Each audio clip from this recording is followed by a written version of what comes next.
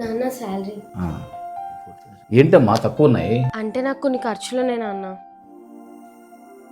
ఇదో అండి టీ. గత 4-5 నెలలుగా చూస్తున్నా జీతం డబ్బులు తక్కువ ఇస్తుంది. అదేమని అడిగితే ఖర్చు అయిపోతున్నాయి అంటుంది. ఇప్పుడు ఏంటండి మరి? జీతం మీద నాకేం ఇంట్రెస్ట్ లేదు, కానీ ఎక్కడ తప్పుగా ఖర్చు పెడుతుందోనని భయం. నాన్న శాలరీ మళ్ళీ తక్కువే. ఈసారి నుంచి మీ మమ్మీకి ఇవ్వు, నాకు ఇవ్వకు. ఏమైంది నాన్న?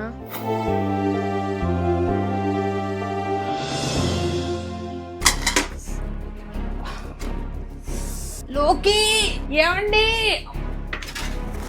హలో, నాకు అర్జెంట్గా 2 లక్షలు కావాలండి. మా ఆవిడికి హార్ట్ అటాక్ వచ్చింది. ప్రకాష్ గారు, ఒక 2 లక్షలు అప్పే ఉన్న కుదురుతుందా? కొంచెం రెడీ చేయండి సార్.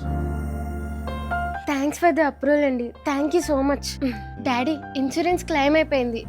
మీరేం టెన్షన్ పడకండి. ఇన్ని రోజులు శాలరీ తక్కువ ఇస్తున్నానని అంటే అర్థం మీ పేరు మీద అమ్మ పేరు మీద హెల్త్ ఇన్సూరెన్స్ కడుతున్నాను. సో దానివల్లే అది ఈ రోజు ఇంత త్వరగా మనకు ఉపయోగపడిద్ది అని అస్సలు అనుకోలేదు.